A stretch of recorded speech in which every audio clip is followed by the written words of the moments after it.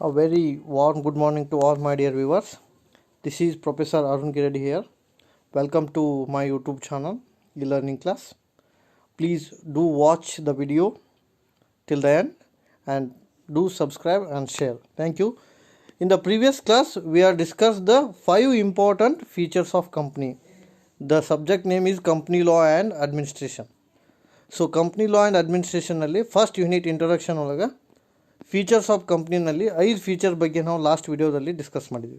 5 feature ಯಾವುದು ಅಂದರೆ, ಒಂದನೇದು ವಾಲಂಟರಿ ಅಸೋಸಿಯೇಷನ್, ಸ್ವ ಇಚ್ಛೆಯಿಂದ ಕೂಡಿದ ವ್ಯಕ್ತಿಗಳ ಸಮೂಹ. ಎರಡನೇದು ರಿಜಿಸ್ಟ್ರೇಷನ್, ನೋಂದಾವಣೆ ಅಂತ ನಾವಲ್ಲಿ ಕರಿತೀವಿ. ಮೂರನೇದು ಸ್ಪೆಸಿಫಿಕ್ ಆಬ್ಜೆಕ್ಟಿವ್, ವಿಶಿಷ್ಟ ಉದ್ದೇಶ. And the fourth one is created by ಲಾ, ಕಾನೂನು ಮುಖಾಂತರ ಪ್ರಾರಂಭಿಸಲ್ಪಟ್ಟ ಕಂಪ್ನಿ. ಆ್ಯಂಡ್ ಐದನೇದು separate legal entity. In today's ಪ್ರತ್ಯೇಕ ಕಾನೂನು ಘಟಕ. In today's class, we'll discuss the next part, that is perpetual succession. Feature of company ನಲ್ಲಿ ಆರನೇದು ಯಾವುದು ಅಂದ್ರೆ perpetual succession. ಕನ್ನಡದಲ್ಲಿ ಏನಂತ ಕರೀತಾರೆ ಅಂದ್ರೆ ಶಾಶ್ವತ ಘಟಕ ಅಂತ ನಾವಲ್ಲಿ ಕರಿತೀವಿ. perpetual succession ಅಂದ್ರೆ ಏನ್ರಿ? ಶಾಶ್ವತ ಘಟಕ. What is the perpetual succession? We'll discuss in brief. First keywords ಹೇಳ್ಕೊತ ಹೋಗ್ತೀನಿ ನೋಡಿ. First keyword is continuous existence ಅಂತ ನಾವಲ್ಲಿ ಕರಿತೀವಿ. ನಿರಂತರ ಅಸ್ತಿತ್ವ ಅಂತ ನಾವಲ್ಲಿ ಕರಿತೀವಿ. What is that continuous existence? Member may come and go, ಸದಸ್ಯರು ಬರ್ಬೋದು ಅಥವಾ ಹೋಗ್ಬೋದು. Member may be alive or dead, ಸದಸ್ಯರು ಜೀವಂತ ಇರ್ಬೋದು ಅಥವಾ ಸತ್ತು ಹೋಗ್ಬೋದು. Member may be solvent or insolvent, ಸದಸ್ಯರು ದಿವಾಳಿ ಆಗ್ಬೋದು ಅಥವಾ ಆಗದೇ ಇರ್ಬೋದು. But company never stop its business until the operation of law, that is called as perpetual succession. ಇನ್ನು ಸಿಂಪಲ್ ಆಗಿ ಹೇಳಬೇಕು ಅಂದ್ರೆ, ಇದನ್ನು ಪರ್ಪೇಚುವಲ್ ಸಕ್ಸೆಷನ್ ಅಂದ್ರೆ ಕಂಪ್ನಿ ಕ್ಲೋಸ್ ಆಗೋದಿಲ್ಲ, ನಿರಂತರವಾಗಿ ಇರುತ್ತದೆ. ಕಂಪ್ನಿ ಏನಾಗಿರುತ್ತೆ ರೀ? ನಿರಂತರವಾಗಿ ಇರುತ್ತದೆ, ಶಾಶ್ವತವಾಗಿ ಇರುತ್ತದೆ. ಅದಕ್ಕೆ ನಾವೇನಂತ ಕರಿತೀವಿ? ಪರ್ಪೇಚುವಲ್ ಸಕ್ಸೆಷನ್. ಆದ್ರೆ ಅಲ್ಲಿ ಏನು ನೆನಪಿಟ್ಕೋಬೇಕು ಅಂದ್ರೆ, ಮೆಂಬರ್ ಇರ್ಬೋದು ಅಥವಾ ಇರದೇ ಇರ್ಬೋದು. ಮೆಂಬರ್ ದಿವಾಳಿ ಆಗಿರ್ಬೋದು ಅಥವಾ ದಿವಾಳಿ ಆಗಿರದೇ ಇರ್ಬೋದು.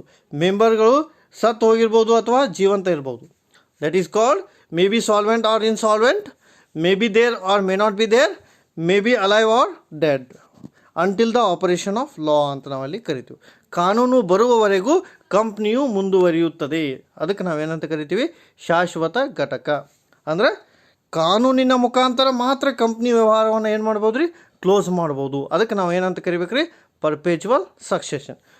ಇದು ಕೇಸ್ ಸ್ಟಡಿಗೂ ಕೂಡ ಇಂಪಾರ್ಟೆಂಟ್. ಒಂದು ಎಕ್ಸಾಂಪಲ್ ತಗೊಂಡು, X is a company having 8 members.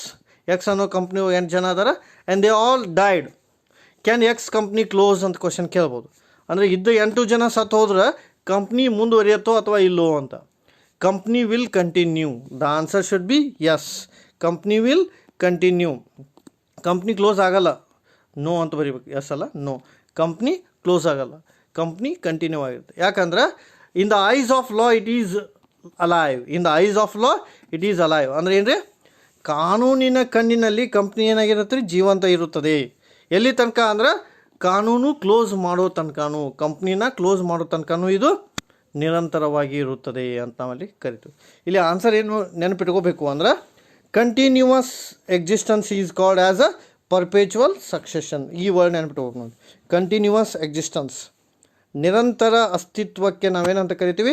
ಶಾಶ್ವತ ಘಟಕ ಅಂತ ಕರಿತೀವಿ. ನಿರಂತರ ಅಸ್ತಿತ್ವ ಅಂದರೆ ಇಲ್ಲಿ ಮೆಂಬರ್ ಬರ್ಬೋದು, ಹೋಗ್ಬೋದು. ಮೆಂಬರ್ಗಳು ಜೀವಂತ ಇರ್ಬೋದು, ಇರದೇ ಇರ್ಬೋದು. ಮೆಂಬರ್ಗಳು ದಿವಾಳಿ ಆಗ್ಬೋದು ಅಥವಾ ಆಗದೇ ಇರ್ಬೋದು. ಕಂಪ್ನಿ ಏನಾಗುತ್ತೆ ರೀ? ಕಂಟಿನ್ಯೂ ಆಗುತ್ತೆ ಅಂತ. Next important feature is common seal. What is that common seal? Separate identity of a company is called as a common seal. This word is very important. What is the word? Separate identity of a company is called as a common seal. ಅಂದರೆ ಏನ್ರಿ? ಕಂಪ್ನಿಯ ಸ್ವತಂತ್ರ ಗುರುತಿಗೆ ನಾವೇನಂತ ಕರಿತೀವಿ?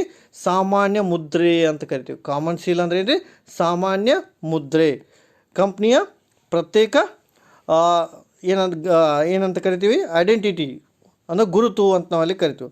Common seal ಏನಿರ್ಬೋದು? It may be logo, company logo ಇರ್ಬೋದು. It may be company's brand, company brand ಇರ್ಬೋದು. ಇವೆಲ್ಲ ಏನ್ರಿ? ಐಡೆಂಟಿಟೀಸ್ ಅಂದ್ರೆ ನಾವು ಗುರುತು ಹಿಡಿಬೇಕು ಕಂಪ್ನಿ, ಇದು ಇದೇ ಕಂಪ್ನಿ ಅಂತ. ಫಾರ್ ಎಕ್ಸಾಂಪಲ್ ಒಂದೆರಡು ಸಿಂಬಲ್ ತೊಗೊಳ್ಳೋಣ. ಇದು ಏನಂತ ಕರಿತೀವಿ ನಾವು? ಬೆಂಜ್ ಕಾರ್ದ ಐಡೆಂಟಿಟಿ, ಇದು ಒಲಿಂಪಿಕ್ಸ್ದ ಐಡೆಂಟಿಟಿ ಅಂತ ನಾವಲ್ಲಿ ಹೇಳ್ತೀವಿ. ಸೊ ಈ ಸಿಂಬಲ್ ನೋಡಿದ ತಕ್ಷಣ ಏನು ಹೇಳ್ತೀವಿ ನಾವು, ಇದು ಇದೆ ಅಂತ ಹೇಳ್ತೀವಿ ನಾವು. ಅದಕ್ಕೆ ನಾವು ಏನಂತ ಕರಿತೀವಿ, ಕಾಮನ್ ಸೀಲ್ ಅಂತ. ಕಾಮನ್ ಸೀಲ್ ಯಾಕೆ ಬೇಕು ಅನ್ನೋದು question. Common seal is a authentication for company document ಅಂದ್ರೆ ಏನ್ರಿ, ಕಂಪ್ನಿ ದಾಖಲೆ ಪತ್ರಗಳಿಗೆ ಸಹಿ ಹಾಕಿದ ಮೇಲೆ ಒಂದು ಮೊಹರು ಹಾಕಬೇಕು. ಮೊಹರು ಅಂದರೆ ರುಜು ಹಾಕಿದ ಮೇಲೆ ಸೀಲ್ ಮುದ್ರೆ ಹಾಕಿದಾಗ ಅದಕ್ಕೆ ಏನಂತ ಕರೀತಾರೆ, ಕಾಮನ್ ಸೀಲ್ ಅಂತ ನಾವಲ್ಲಿ ಕರಿತೀವಿ. ಕಂಪ್ನಿಗೆ ಅದರದೇ ಆದಂಥ ಒಂದು ಕಾಮನ್ ಸೀಲ್ ಇರಬೇಕು ಅಂತ, ಮುದ್ರೆ ಅಂತ ನಾವಲ್ಲಿ ಕರಿತೀವಿ. ಯಾಕೆ ಇರಬೇಕು ಅಂದರೆ ಈಸಿಲಿ ಐಡೆಂಟಿಫೈ ಆಗಬೇಕು ಅದು ಕಾಂಪಿಟೇಟರ್ಗೆ, ಹಾಗಾಗಿ ಕಾಮನ್ ಸೀಲ್ ಇರುತ್ತೆ ಪ್ರತಿಯೊಂದು ಕಂಪ್ನಿಗೂ. Next important feature is limited liability, ಸೀಮಿತ ಹೊಣೆಗಾರಿಕೆ ಅಂತ. ಇಲ್ಲಿ ಏನು ನೆನಪಿಟ್ಕೋಬೇಕು ಅಂದ್ರೆ, the liability of a member is limited to face value or purchase price or unpaid amount. ಈ ಮೂರು ವರ್ಡ್ ನೆನಪಿಟ್ಕೋಬೇಕು ನೋಡಿರಿ. First one is a face value, ಕಂಪ್ನಿಯ ಸದಸ್ಯರ ಹೊಣೆಗಾರಿಕೆಯು ಮುಖಬೆಲೆಗೆ ಸೀಮಿತವಾಗಿರುತ್ತದೆ. ಫೇಸ್ ವ್ಯಾಲ್ಯೂ ಅಂದ್ರೆ ಮುಖಬೆಲೆ. ಆರ್ ಪರ್ಚೇಸ್ ಪ್ರೈಸ್, ಕೊಂಡುಕೊಂಡ ಬೆಲೆ. ಆರ್ ಅನ್ಪೇಡ್ ಅಮೌಂಟ್, ಬಾಕಿ ಉಳಿಸಿದ ಮೊತ್ತ. ಈ ಮೂರನ್ನು ಎಕ್ಸ್ಪ್ಲೇನ್ ಮಾಡೋಣ. ಇದು ಸಿಂಪಲ್ ಥಿಂಗ್. ಎ ಅನ್ನೋ ಒಬ್ಬ ವ್ಯಕ್ತಿ ಕಂಪ್ನಿ ಒಳಗೆ ₹100 ಕೊಟ್ಟು ಶೇರ್ ತೊಗೊಂಡನು. What is his liability? ₹100 only. He already paid ಅಂದ್ರೆ ₹100 ಆಲ್ರೆಡಿ ಕೊಟ್ಬಿಟ್ಟನು, ಅಂದರೆ ಹಿಸ್ ಲಯಬಿಲಿಟಿ ಈಸ್ ಓವರ್. ಅವನ ಹೊಣೆಗಾರಿಕೆ ಏನಾಯ್ತು ರೀ, ಮುಗೀತು. ಒಂದು ವೇಳೆ ಅವ ₹60 ಕೊಟ್ಟಿದ್ದ ಅಂತ ತಿಳ್ಕೊರಿ, what is his liability? ₹40. This is called as unpaid amount. ಇದಕ್ಕೆ ನಾವು ಏನಂತ ಕರಿತೀವಿ, ಬಾಕಿ ಉಳಿಸಿದ ಮೊತ್ತ ಅಂತ ನಾವಲ್ಲಿ ಕರಿತೀವಿ. Because this amount remains in company only. Means what, company can call this amount at any time.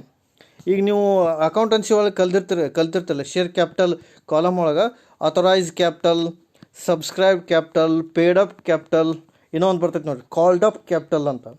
Called up ಇದೇ ಆನ್ಸರ್. ಇಲ್ಲಿ ಕಾಲ್ಡ್ ಅಪ್ ಅಂದ್ರೆ ಏನ್ರಿ, ಕರೆಯ ಹಣ ಅಂತ ಕರಿತೀವಿ ಕನ್ನಡದಾಗ. ಕಾಲ್ಡ್ ಅಪ್ ಕ್ಯಾಪಿಟಲ್ ಅಂದರೆ ಯಾವಾಗ ಬೇಕಾದರೂ ಕಂಪ್ನಿದವರು ವಾಪಸ್ ಕಾಲ್ ಮಾಡ್ಬೋದು. ಯಾಕೆ ಕಾಲ್ ಮಾಡ್ಬೋದು ಅಂದರೆ, ನೀವು ಬಾಕಿ ಉಳಿಸ್ಕೊಂಡಿರ್ತೀರಿ ಅವ್ರ ಕಡೆ, ಅದಕ್ಕೆ ನಾವೇನಂತ ಕರಿತೀವಿ, ಲಿಮಿಟೆಡ್ ಲಯಬಿಲಿಟಿ.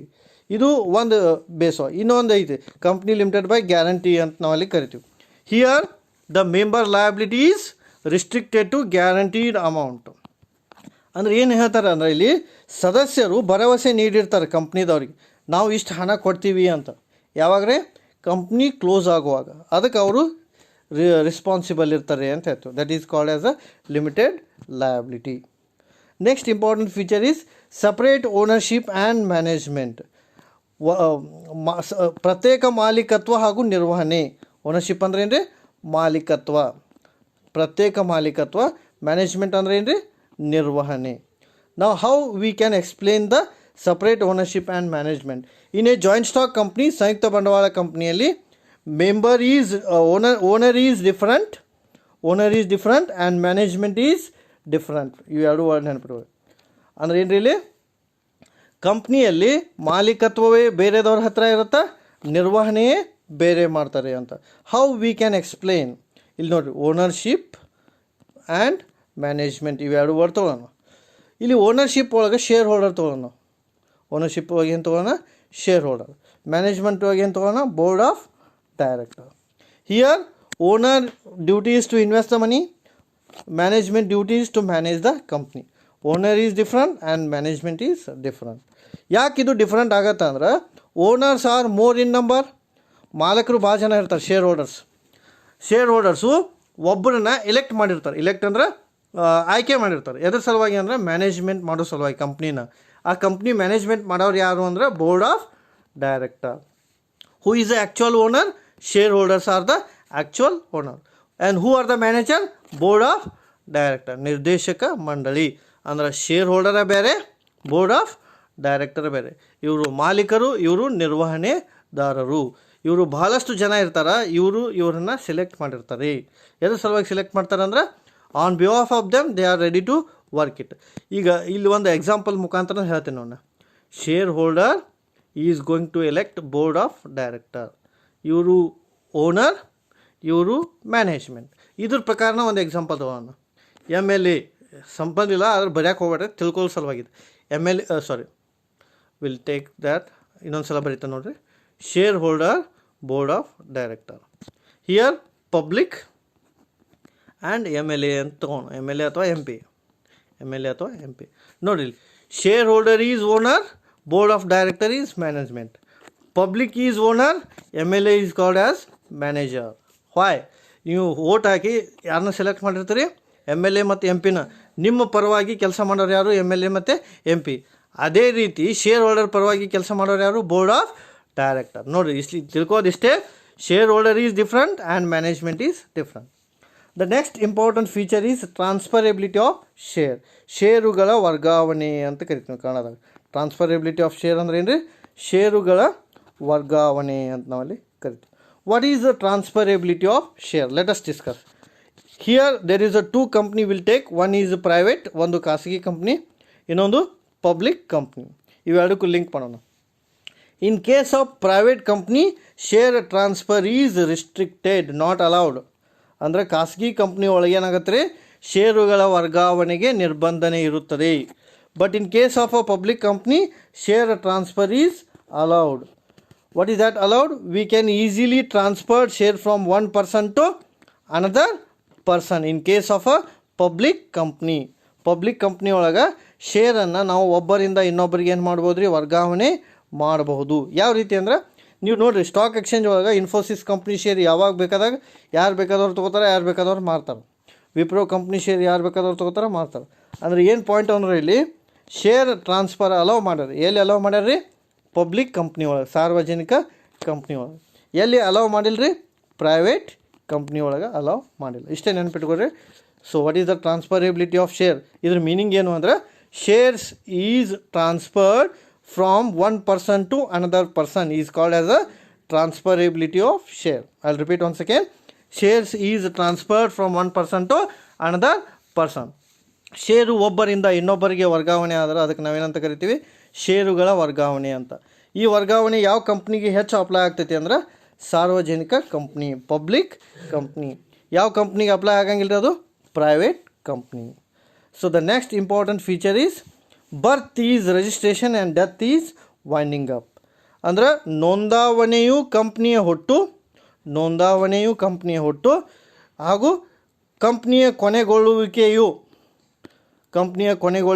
ಕಂಪ್ನಿಯ ಸಾವು ಅಂತ ನಾವಲ್ಲಿ ಕರಿತೀವಿ. ಎರಡು ವರ್ಡ್ ನೋಡಿರಿ. ರಿಜಿಸ್ಟ್ರೇಷನ್ ಮಾಡಿದ್ರೆ ಅದು ಕಂಪ್ನಿ ಹುಟ್ಟಿದಂಗೆ, ಕಂಪ್ನಿ ಕ್ಲೋಸ್ ಮಾಡಿದ್ರೆ ಅದು ಕಂಪ್ನಿ ಡೈ ಆದಂಗೆ. So that is called as birth is registration and death is winding up.